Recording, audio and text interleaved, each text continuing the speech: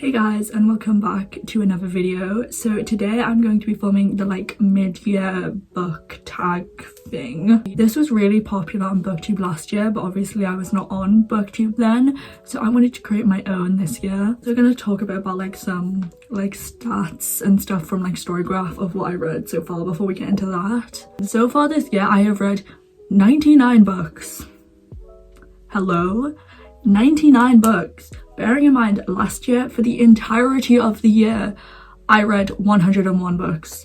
That one book is very important to remember. We are on the 16th of June as I'm filming this. I don't know when it will be uploaded, but how have I read almost 100 books? Also, bearing in mind, my reading goal for the year was 100 books, so I've basically hit that, so I'm quite proud of myself for that. I've also read 39,879 pages, which is again insane. My goal for the year was 30,000, so I've obviously hit that. That's a lot of pages. And then my most read moods are adventurous and emotional, which adventurous makes sense, you know, because I read mostly fantasy, but emotional, I feel like I don't read that many emotional books. And then my least read are challenging and inspiring. I think that says a lot about me, to be honest. My most read pace is medium, which again makes sense. And my most read page number is 300 to 499, which again makes sense. I have read quite a lot of books which are over 500, which I'm quite proud of because I feel like I've read some long books so far this year. I mostly read fiction. I think the only non-fiction I've read was I'm Glad My Mom Died by Jeanette McCurdy, so again, makes sense. Most read genres are YA and fantasy. I wouldn't personally really consider YA a genre on its own. I would more consider it an age category. So I'm just gonna say fantasy is my most read genre, which again, totally makes sense. I've read 65 fantasy books so far this year. And then some more of my most read genres are romance, which I read a lot of fantasy romances, and LGBTQIA+, which again, I try and read a lot of queer books. And then my least read genres are classics, short stories, poetry, memoir, and crime. And then my two most read authors, both of them sitting at having read 10 books each from them, are currently Cassandra Clare and Marissa Meyer. Obviously Cassandra Clare, I'm making my way through her books at the moment, so yeah, it makes sense. And Marissa Meyer, I read the Lunar Chronicles by her and her Gilded Duology. And some other of my most read authors are Alice Oseman, V. Schwab, Sarah J Maas, and then there's an author I don't want to name. And then you have the little graph of per month the pages and amount of books I read, which I always find this graph so interesting. You can really see in March when I popped off on my reading, I was incredibly depressed that month, so my average star rating is a 3.78, which again makes sense. I mostly give my books 3 to 4 stars, so I can see why that is. I've actually had 9 5 stars so far this year, which is insane because I feel I'm pretty harsh at giving out my 5-star reads, so the fact we've had 9 so far, that's quite good in my books. Those are all the stats. Now we're gonna get onto the actual questions on the tag. The first one is the best book you have read so far this year, and I have a few answers for this. I feel my answers may get a bit repetitive, so I'm sorry, I'm probably going to mention the same 5 books over and over again, so just bear with me. So the book that is undoubtedly sticking out to me as my favourite of the year so far is Iron Widow by Xiran Jay Zhao. I read this book in January and honestly no book has compared since. This book is just so good, and it was I just can't describe how much I love this book. The romance subplot, the plot twists, the plot itself, everything about this book was so phenomenal and I adored it. Also, The Invisible Life of Addie Larue by V. Schwab, truly no other book have I just related to as much as this one, and the characters and just the writing and just everything that just happened in this book was so good. And then the last one, series, this is in the wrong order. The last series I have to talk about is the entirety of the Lunar Chronicles by Marissa Meyer. I mean, this series is just, it was so good and I loved all the characters, and was it necessarily the best series in terms of writing and plot? No, it was like so predictable at times, but it just had like such a nostalgic, feel good like feeling to it. The next question is best sequel. So speaking of the Lunar Chronicles, I have to put Cress in here. This is my only 5-star in that series, although I would consider the series like a 5-star series. And this sequel was phenomenal. This is like a 500-page book, and I kid you not, I sat down and read this in one sitting for like 5 hours straight.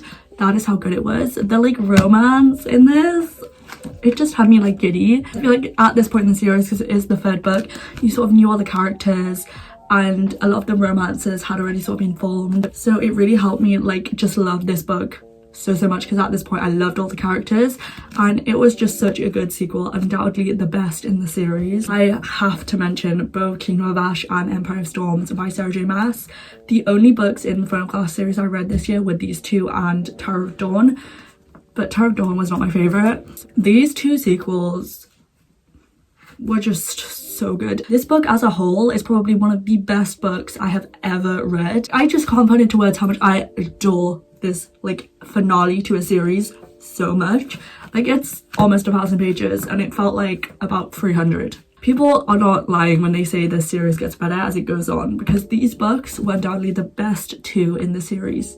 They were just so good. Such good sequels. Also in this list we have Bloodmarked by Tracy Deon. I read Legendborn last year, and while I didn't enjoy it, it was not like a favourite of mine. But then when I read this earlier in the year, I was like, holy shit, this is good. This really got me invested in this series. It got me so invested in the love triangle. I truly don't know like who I prefer in the love triangle. Like, I want her to end up with both of them. Why does she have to choose? Why does she have to choose?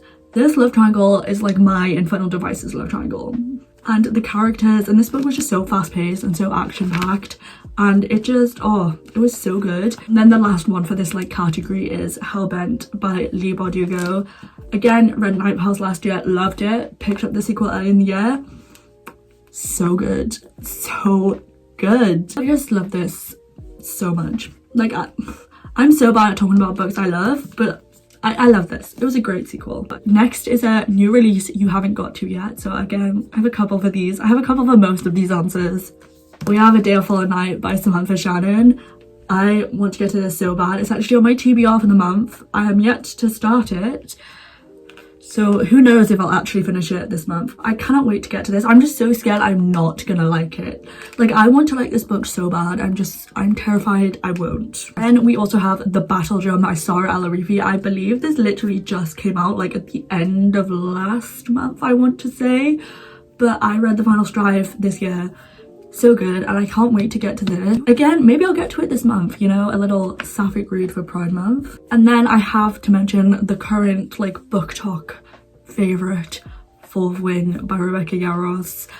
I really want to get to it this month. Who knows whether that will happen, but I just want to know what the hype is about. But again, I'm so scared I'm not gonna like it, because I don't trust a book that is hyped that much. Our next question is most anticipated release. So I of course have to say both of Chloe Gong's releases. Honestly, I don't know how Chloe Gong does it. Like, she just releases like book after book after book, and we love her for that, honestly. So we have both Immortal, Longings and Foul Heart Huntsman coming out later this year. Immortal Longings comes out next month. Adult debut. I cannot wait. And then Foul Heart Huntsman is the sequel to Foul Lady Fortune. I can't wait for both of these. However, I am so scared for Foul Heart Huntsman. What do you mean that's going to be the last book in that universe? How am I supposed to say goodbye to these characters? They're like my babies. Anyway, I'm a Chloe Gong stan, so I will be anxiously anticipating these two releases. I may actually have 2 copies of Immortal Longings pre-ordered, potentially. And then also A Grim and Sunken Vow by Ashley Shuttleworth. I love the Dark and Hollow Star saga by them. This is the 3rd book in that series. I need it. I need it after that ending on book 2. I need it in my hands. I want it. I need it, okay? The next question is biggest disappointment of the year. I know I talked about how much I loved the Lunar Chronicles, but unfortunately Winter was just a bit of a disappointment for me. I mean, this book, while I did give it a 4 stars, if I wasn't so attached to the characters, it would have probably gotten like a 2 or 3 stars. This is an 800-page book and it was so fucking repetitive. This book pissed me off in so many ways. Just a bit disappointing, but I still love this series. It's just this one could have been better, personally, in my opinion. I also have to say, unfortunately, the Spin the Dawn duology by Elizabeth Lim, these are some of the prettiest book covers I own, but they were so just not good. I don't know, I just wanted so much from these, because no book with this beautiful of a cover should be so bad. I don't like calling books bad. It's not bad. It just wasn't for me, unfortunately, because the covers were gorgeous. I was originally not going to put this one in, but I felt like I kind of had to, is The Stolen Heir by Holly Black. Don't get me wrong, I still love this. I give it a 4 stars. However, I feel like I was going into it with unreasonable expectations for it to be like The Cruel Prince, which we all know is one of my favourite series. It wasn't, but I still really enjoyed it. It just was a bit disappointing for me, but that's my fault because I went into it with like unrealistic expectations. The next question is biggest surprise. Again, we have like the obvious ones that I've already talked about, like Iron Widow and the Lunar Chronicles, both so surprising.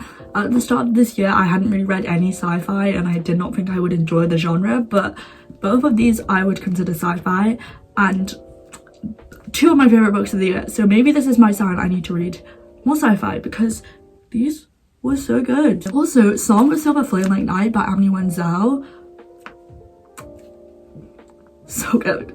I wouldn't say I was going into it like expecting not to like it, but I wasn't going into it thinking I would absolutely love it like I did. Again, need the second book in my hands now. And the last book for this category is City of Nightmares by Rebecca Schaefer.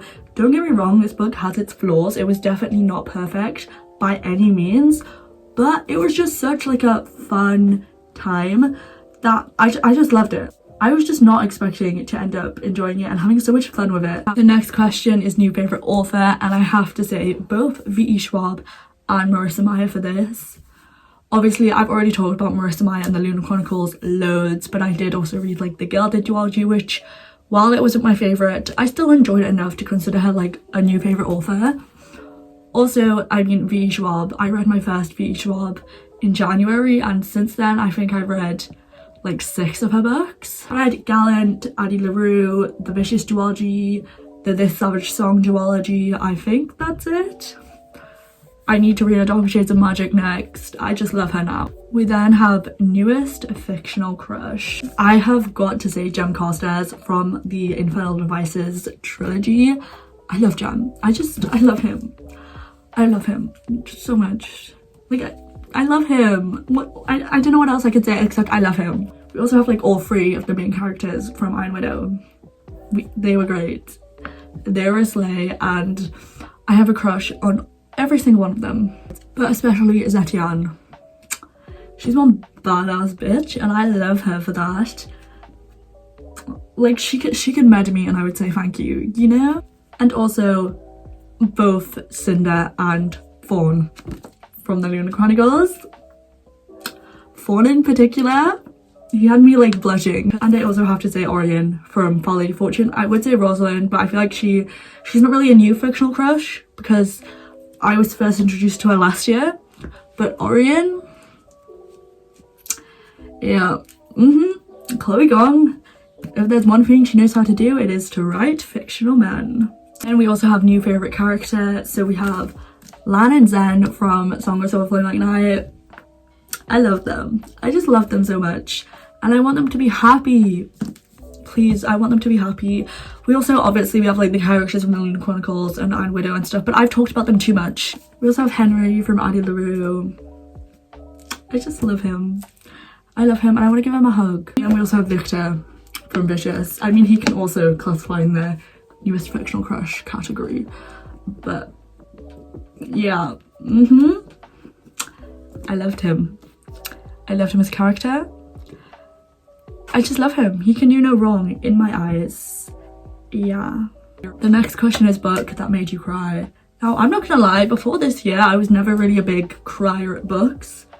Maybe that was because I stopped taking my antidepressants. You know, that actually makes sense. Not because I'm not depressed anymore, just because I'm yet to find ones that don't give me serious side effects. When I say last year, I literally went blind because of antidepressants. I'm not joking. The most basic of all answers for the book that made you cry is Going to Clockwork Princess. And I did cry. I sobbed. I was distraught. Emotionally, physically. I was not well after reading this book. How dare Cassandra Clare make me cry that much? How dare she? That ending? I see what you guys mean about that sad epilogue now. I understand. I feel like I'm now in like the inside circle of like people crying at the epilogue for this book. I now understand it. Also, something I do want to say, I bought these books secondhand. Obviously you can't get these in hardback anymore. And look, this is what my copy says on it. Time travels till it's in the past. I just find that so funny. This is why I love buying secondhand books. Also, another basic answer, Addie Larue. Again, sobbing. We also have Tomorrow and Tomorrow by Gabrielle Zevin. Another book that made me absolutely sob and made me emotionally unwell. Like, how dare Gabrielle Zevin do that to me? How dare she? And then we also have Under the Whispering Door by TJ Klune. That ending. Reading the end of this book, I was already feeling emotionally distraught. And then you decided to bring the dog into it as well. Criminal, sobbing, so sad. Can't believe I just put this book down and was generally staring at the wall like, what just happened? Like, and then the book that gets the award for the one that made me cry the most. Every 100 pages, I was sobbing at a different thing. And to be honest, while it does have its sad moments, it's not even like a sad ending or anything. Like, it's a happy ending, but especially for those last like this chunk of the book, I genuinely could not read because there were tears blocking my vision. Saying goodbye to the series after a year of reading it was a very emotional experience, and I honestly don't think I'll ever recover. The next question is book that made you happy, and I only have one answer for this. Last Planet Call by Chloe Gong. Chloe Gong, she really did this one for the fans, and I appreciate her for that. Like, are you kidding me? Domestic fluff novellas of our favourite couples living happy married lives. This book just made me... I have no words. So happy. So happy. And she really did heal all the emotional damage from these violent nights, well, our violent ends in particular, with this one book. She cured my depression. Like, she single-handedly cured all my mental illnesses. They were gone while I was reading this book. The next question is most beautiful book, and I have to say, my broken binding editions of Day of Fallen Night and Priory. I would get Priory out, but I can't be bothered. So here we have a Day of Fallen Night. These books are hands down the most beautiful books I own. I can't believe I own them. They're stunning, and I love them. Like, even the standard cover on its own is stunning. So these special editions, they're just, oh, gorgeous. I mean, also the Spin the Dawn duology by Elizabeth Lim. I adore these covers, like I said. It just sucks that the story did not live up to the gorgeous covers. And also the Illumicrate edition of Godkiller by Hannah Kaner. This is by far my favourite book I have received so far this year. I mean, again, the standard cover on its own is gorgeous. It's like a colorway, but the edges and the like art on the naked hardback is stunning. I love her. I love me a good special edition. And then the last question is a book you want to read by the end of the year, and for that I have to say The Last Hours by Cassandra Clare. I own all of the books. I really want to get to them. I also kind of want to just finish reading through all the Shadowhunters books by the end of the year. Who knows if we'll be able to, but fingers crossed. They're just long and intimidating, but hopefully I can get to them because I've heard good things about the first two. Not so much about the third one, but the first two people love. So I hope I can get to them in the later half of this year. So that is it for the like tag. I hope you guys enjoyed it. I feel like I was probably not talking the best about these books. Hopefully I did a good enough job. It's just kind of hard to do videos like this because I don't really want to like talk about what the books are about. And when I love books, I don't know what to say about them. Anyway, I hope you enjoyed and I'll see you guys next time. Bye.